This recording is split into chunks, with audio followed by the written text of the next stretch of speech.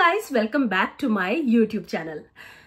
आज मैं आपसे अपनी इंडिया से कनाडा का सफर, इसके साथ ही कनाडा में मैं कौन सी सिटी में रहती हूँ, इंडिया और कनाडा में मुझे क्या क्या डिफरेंसेस लगे और मेरा जो अभी तक का सफर है वो कैसा कनाडा में रहा, इसके बारे में बहुत सारी बातें शेयर करना चाहती हूँ।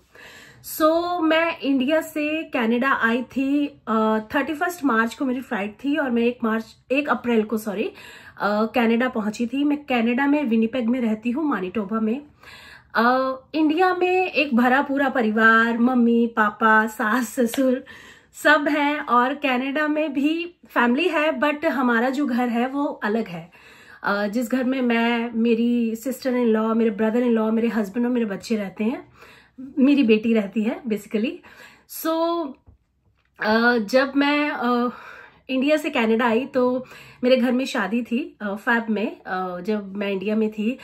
वो पूरा भरा पूरा माहौल। हाँ, मेरे जो हस्बैंड हैं वो 5 ब्रदर हैं, 3 सिस्टर्स हैं, फिर मेरे बड़े पापा, चाचा जी, मेरे फादर इन लॉ, ये सब लोग हैं। मतलब बहुत भरा पूरा परिवार है। तो हम सब लोग साथ में हमने बहुत अच्छा क्वालिटी टाइम स्पेंड किया। उसके बाद मैं दिल्ली में थोड़े दिन रही, क्योंकि दिल्ली में मेरे मम्मी पापा, मेरा वर्क, मेरी स्टडी सब दिल्ली में हुई है। तो मैंने थोड़ा टाइम जो स्पेंड किया वो दिल्ली में किया। तो जब मैं कनाडा आई तो एकदम ऐसा फील हुआ कि यार मैं कहाँ आ गई मैं कहाँ आके फंस गई। मैं रोज अपने हस्बैंड को फोन करती हूँ। मतलब मुझे लगता है कि ये जो भरे पूरे परिवार के लोग होते हैं ना, और ये जो दिल्ली वाले, ज्यादातर जो लोग दिल्ली में रहे हैं, क्योंकि मैं पैदा दिल्ली में हुई, मेरी स्टडी दिल्ली में हुई, मेरी जो जॉब थी वो मैंने 15 साल दिल्ली में की। तो ये जो दिल्ली वाले लोग होते हैं ना, इन्हें दिल्ली के अलावा कुछ पसंद नहीं आ सकता। ये दुनिया के किसी भी कोने में चले जाएं, इन्हें दिल्ली से ही प्यार रहेगा। मैंने कहा ये क्या है, ये कौन सी जगह, यहाँ पे कैसे लोग रहते हैं, कोई नहीं दिख रहा, मेरे को नहीं रहना। मैं बहुत लड़ती थी अपने हस्बैंड से, बट ऑब्वियसली मेरे हस्बैंड का मन है और मेरी फैमिली भी रहती है। मेरे बड़े पापा जी, मतलब मेरे हस्बैंड के जो बड़े पापा जी हैं वो रहते हैं, उनकी पूरी फैमिली यहाँ पर सेटल्ड है, मेरी नंदे यहाँ पर सेटल्ड है। मतलब मेरा एक तरह से भरा पूरा परिवार ही रहता है, लेकिन जो हमारा घर है वो थोड़ा सा दूर और थोड़ा सा अलग है। हाँ, लोनलीनेस फील होती है और दिल नहीं लगता। मतलब जो इंडिया वाले लोग होते हैं ना, उनके लिए यहाँ पर सरवाइव करना आई थिंक बहुत ही मुश्किल टास्क है। लेकिन यस, अपने अच्छे फ्यूचर के लिए, अपनी फैमिली के लिए, अपने बच्चों के लिए हमें बहुत कुछ करना पड़ता है, बहुत सारे कॉम्प्रोमाइज करने पड़ते हैं।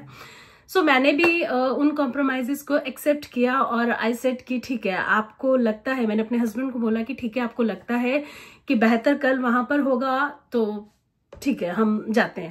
और वैसे भी मेरी फैमिली में थे बहुत सारे लोग जो यहाँ रहते हैं, तो मेरी mother in law, father in law सब चाहते थे कि हम शिफ्ट हो जाए। हम इंडिया से कनाडा आ गए। पहले मैं आपको ना अपने डिफरेंसेस बताती हूँ, उसके बाद मैं आपको अपनी पूरी जर्नी बताऊंगी। अगर आप वीडियो को लाइक करेंगे, शेयर करेंगे, सब्सक्राइब करेंगे और कमेंट करेंगे मेरी जर्नी के लिए। तो डिफरेंसेस क्या क्या है इंडिया में। बेसिकली दिल्ली में मैं रहती हूँ, ज्यादातर दिल्ली में ही रहती हूँ, जॉब करती थी आज तक, मतलब दिसंबर तक मैंने दिल्ली में जॉब की है। अगर आप दिल्ली में रहते हैं तो आप सुबह उठते हैं और यहाँ से गाड़ियों का हॉर्न आ रहा है, यहाँ से कोई सब्जी वाले का हॉर्न आ रहा है, यहाँ से कभी कुछ आ रहा है, यहाँ से।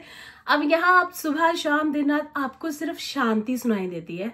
मेरे घर के पास रेलवे ट्रैक है, जब वो रेल जाती है तो छुक छुक छुक छुक सुनाई देती है और पूरा घर हिलता है, क्योंकि यहाँ पे लकड़ियों के घर होते हैं। और मेरे हस्बैंड बताते थे, क्योंकि वो मेरे से 2.5 साल पहले कनाडा आ गए थे, तो वो मुझे बताते थे कि जब बहुत ठंड होती थी, बाहर बर्फ गिरती थी, तो मैं बोलती थी बाहर बर्फ है और अंदर आप क्या कर रहे हो, ऐसे घूम रहे हो। तो उन्होंने मुझे पहले ही बहुत सारी चीजों से अवगत करवा दिया था। बट जब मैं यहाँ आई तो मैंने बहुत सारी चीजें फेस की। शुरू में तो मेरा बिल्कुल मन नहीं लगा, मैं हर छोटी बात पे रो पड़ती थी और मुझे ऐसा लगा कि शायद मैं डिप्रेस्ड हो जाऊंगी। मेरी बेटी बहुत छोटी है, 2.5 साल की है, तो मैं जॉब भी नहीं कर सकती हूँ, क्योंकि आप इंडिया में 2.5 साल के बच्चे को स्कूल में डाल सकते हैं, यहाँ पर आपको डे केयर में डालना होगा या फिर आप स्कूल डाल सकते हैं तो 5 साल के बाद किंडर गार्डन में डाल सकते हैं। मैं अभी नई नई आई हूँ इस सिटी में, मैं किसी पे बिलीव नहीं करती हूँ, तो मैं नहीं डालना चाहती थी अपने बच्चे को डे केयर वगैरह में। तो मैंने जॉब भी नहीं की। मैंने कहा ठीक है, इट्स ओके, कोई बात नहीं, मेरी बेटी मेरे लिए पहले इंपॉर्टेंट है, जॉब हम बाद में करेंगे। तो जैसे हम दिल्ली में सब्जी लेने जाते हैं, इंडिया में हम कहीं भी सब्जी लेने जाते हैं तो हम सब्जी वाले भैया को बोलते हैं भैया धनिया और हल्दी डाल देना थोड़ी थोड़ा, और वो मुझे हमें डाल भी देते हैं हंसी खुशी। लेकिन यहाँ पर क्या होता है, धनिया का फिक्स प्राइस है कि वो $3 की एक गड्डी आएगी, और मिर्च का भी फिक्स प्राइस है, हर चीज का फिक्स प्राइस है। वहां पर हर चीज हमें इजिली, हमारे घर के बाहर हम सीढ़ियां उतरेंगे, इतनी शॉप्स होती हैं, इतनी सारी अवेलेबिलिटीज होती हैं कि हमें किसी भी चीज को लेकर कोई भी कंफ्यूजन नहीं होती। बट इन कनाडा आपको अपना एक डे फिक्स करना पड़ता है जिसमें आप ग्रोसरी लेकर आएंगे, आपको डॉक्टर से अपॉइंटमेंट लेनी पड़ती है जब आपके हस्बैंड की छुट्टी होगी, अगर आप उन पर डिपेंड हैं तो, अगर आपको गाड़ी चलाना नहीं आती है तो। जैसे कि मेरे हस्बैंड ने मुझे 2.5 साल में कम से कम 5 करोड़ बार बोला कि प्लीज आने से पहले गाड़ी चलाना सीख लेना। मैंने कहा हाँ ठीक है चलो, हाँ ठीक है चलो करती आई। बट यहाँ आने के बाद मुझे बहुत रिग्रेट हुआ कि मुझे गाड़ी चलाना सीखना था, क्योंकि मैं उनके ऊपर ही डिपेंड हूँ। वो उनकी जिस दिन छुट्टी होगी वो उस दिन मुझे ग्रोसरी के लिए लेकर जाएंगे, उस दिन मुझे घुमाने के लिए लेकर जाएंगे, उस दिन मुझे कहाँ लेके जाएंगे, बहुत सारी चीजें। ठीक है, एक ये डिफरेंस मैं आपको बता देती हूँ कि यहाँ पर अगर आप आ रहे हैं इंडिया से, आप कनाडा आ रहे हैं, तो आपको गाड़ी चलाना आना चाहिए। क्योंकि अगर आपने इंडिया में नहीं सीखा है तो पहले आप लर्नर का एग्जाम देंगे, उसके बाद आपको 9 मंथ का वेट करना पड़ेगा नॉर्मल ड्राइव टेस्ट के लिए। उसके बाद भी आपके साथ कोई एक्सपीरियंस्ड बंदा होना चाहिए, तभी आप गाड़ी चला सकते हैं। सो ये पहला जो चीज है मुझे यहाँ पर फेस करनी पड़ी, क्योंकि दिल्ली में अवेलेबिलिटीज बहुत ज्यादा है ना, आपको गाड़ी मिल जाएगी, आपको ऑटो मिल जाएंगे, आपको ई रिक्शाज मिल जाएंगे तो ये सारी चीजें ये मुझे फेस करनी पड़ी, फर्स्ट थिंग। सेकंड थिंग, सब्जी के लिए मुझे डिपेंड होना पड़ता है। यहाँ पर मुझे ज्यादातर जो मैं खाती हूँ वो दालें, क्योंकि फ्रेश सब्जियां तो यहाँ पर आती ही नहीं है। वो 4-5 महीने ही आती है, क्योंकि बाकी टाइम बर्फ रहती है बहुत ज्यादा। तो वो चीज मुझे यहाँ पर बहुत ज्यादा फेस करनी पड़ी। उसके बाद मैं फैमिली को बहुत मिस करती हूँ अभी भी। जैसे मेरी सिस्टर की शादी थी तो आई वाज लाइक कि जैसे ही मैंने वीडियो कॉल पे बात करना शुरू किया तो मैंने सबसे पहले अपनी नानी को देखा, और मैं सबसे बात करी, लेकिन मैंने नानी को देखा ना, मैं रो पड़ी। बिकॉज नानी होता है सबको, अपनी माँ अपनी नानी से प्यार होता है, तो मैं नानी को देखकर रो पड़ी। तो एक चीज और बोलूंगी यहाँ पर, आपको पता है कि आप कनाडा आने वाले हैं, तो कनाडा में आने से पहले जितने भी फंक्शंस आपके घर में आ रहे हैं उस 1 साल के दौरान, चाहे वो छोटे से बच्चे का नामकरण क्यों ना हो, उस बच्चे का पैदा होने की खुशी क्यों ना हो, किसी के घर में छोटा सा जगराता, छोटा सा कीर्तन क्यों ना हो, आप जरूर जाएं उस 1 साल के दरमियान। जब आपको पता है आपका वीजा आपका कागज लग गए हैं, आपका बायोमेट्रिक होगा, मेडिकल होगा, और आपका वीजा लगेगा, और देन आप कनाडा जाएंगे, मतलब 1 साल के दौरान। क्योंकि आप यहाँ पर फैमिली टाइम बहुत मिस करने वाले हैं, अगर आपकी फैमिली नहीं है तो। मेरी तो चलो फैमिली है, तो मैं कभी कभार चली जाती हूँ, दीदियों के पास चली जाती हूँ, अपने रेस्टोरेंट चली जाती हूँ, पापा जी के पास। तो बहुत सारी चीजें जो है वो आप यहाँ, फैमिली को तो यहाँ आप गंदे वाला मिस करने वाले हैं, अपने दोस्तों को बहुत गंदे वाला मिस करने वाले हैं। इमोशनल हो गई मैं सो ये 3 चीजें जो है वो आप मिस करेंगे। इसके साथ ही जो मुझे डिफिकल्ट, जो चीजें मैंने सीखी कनाडा के बारे में, जो मैंने जाना, इंडिया में मैंने आई थिंक 12-13 साल तो जॉब की होगी, तो शायद मैं 12-13 साल में इतना नहीं कमा पाऊंगी या नहीं कमा पाई जितना मैं इंडिया में रहकर जितना मैं कनाडा में रहकर 1.5 से 2 साल में कमा सकती हूँ।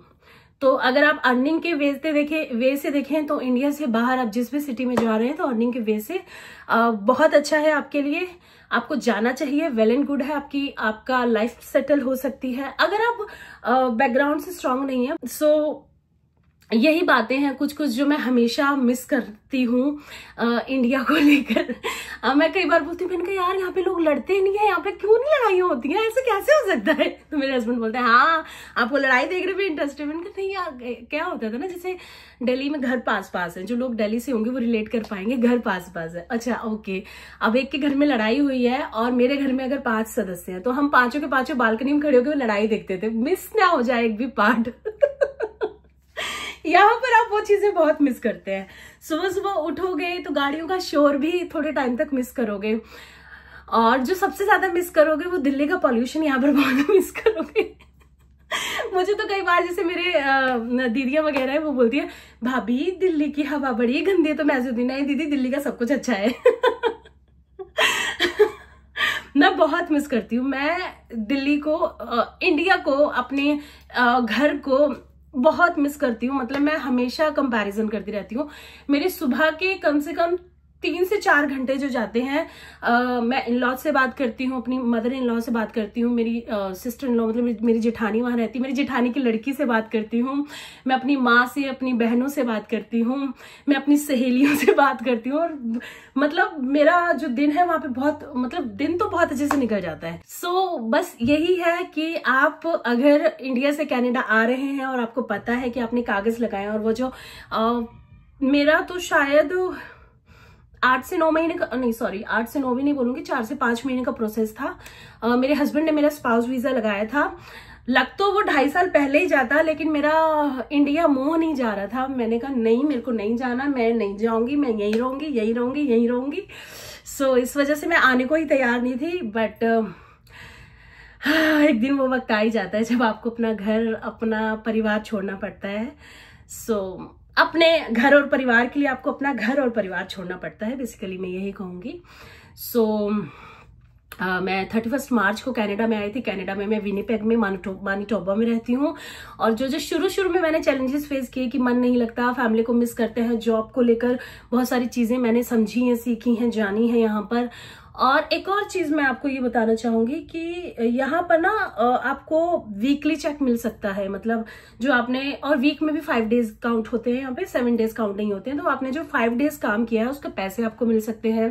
प्लस आपको 2 वीक में भी एक चेक मिल सकता है। जैसे मेरे हस्बैंड को चेक मिलता है, तो वो 2 वीक में एक चेक मिलता है मेरे हस्बैंड को। और यहाँ पे 5 डेज वर्किंग होते हैं। हमारा अपना रेस्टोरेंट है, तो मेरे हस्बैंड 6 दिन के लिए जाते हैं। 8 घंटे की शिफ्ट है। अगर उससे ऊपर आप शिफ्ट कर रहे हैं तो आपको जो है वो एक्स्ट्रा सैलरी जो मिलेगी वो डबल मिलेगी। मतलब जैसे 16 आवर यहाँ पर है, $16 1 घंटे का मिलता है, जो बेसिकली इंडिया में पूरे दिन की इनकम होती है, वो 1 घंटे में आप यहाँ पर कमा सकते हैं। तो एक वो आपको वो फायदा होता है। तो बेसिकली 8 घंटे की शिफ्ट होती है। और जॉब्स के लिए अगर बात की जाए कि जॉब कैसे मिलती है, अदरवाइज आप लिंक्डइन के माध्यम से, इंडीड के माध्यम से, और भी जॉब्स की बहुत सारी वेबसाइट हैं, उस पर अपना रिज्यूम डालकर जॉब के लिए अप्लाई कर सकते हैं। बट हाँ, आपको जो अपना रिज्यूम अपडेट करना होगा वो कैनेडियन के जो उनकी रिक्वायरमेंट्स है उसके अकॉर्डिंग अपडेट करना होगा। और एक और बात, अगर आप जानना चाहते हैं कि मैं पीआर हुई हूँ या नहीं हुई, और मेरी जो यहाँ पे पीआर तक की जो जर्नी है, मतलब मेरा अभी क्या प्रोसेस चल रहा है, पीआर हो गई हूँ या नहीं हुई हूँ, अगर आप जानना चाहते हैं तो प्लीज कमेंट करें। और मेरी आज की वीडियो यहीं तक। मैं बहुत फास्ट बोलती हूँ, मुझे पता है, लेकिन मैं कोशिश कर रही हूँ इम्प्रूवमेंट करने की। और मेरे चैनल को सब्सक्राइब करें, मेरी वीडियो को लाइक करें। और मैंने पहले भी बहुत सारी वीडियोस बनाई हैं, मेरी वीडियो को बहुत सारा प्यार दे। मेरी ये यहाँ पर नई शुरुआत है, और मैं मदर हूँ, मैं अपने बेटे को छोड़कर बाहर जॉब के लिए नहीं जा सकती हूँ। इसलिए मैंने सोचा कि दोबारा कनाडा में मैं अपने चैनल की शुरुआत करूँ, तो जो नॉलेजेस मुझे मिलती जाएंगी कनाडा में, कनाडा के बारे में, वो मैं आपको देती जाऊंगी। सो बस that's it. Thank you so much. और हाँ, अगर आप ये भी जानना चाहते हैं कि मैं इंडिया में क्या करती थी तो उसके लिए भी मुझे कमेंट करें। Thank you so much. और मेरे चैनल को सब्सक्राइब करना बिल्कुल मत भूलें प्लीज। Thank you.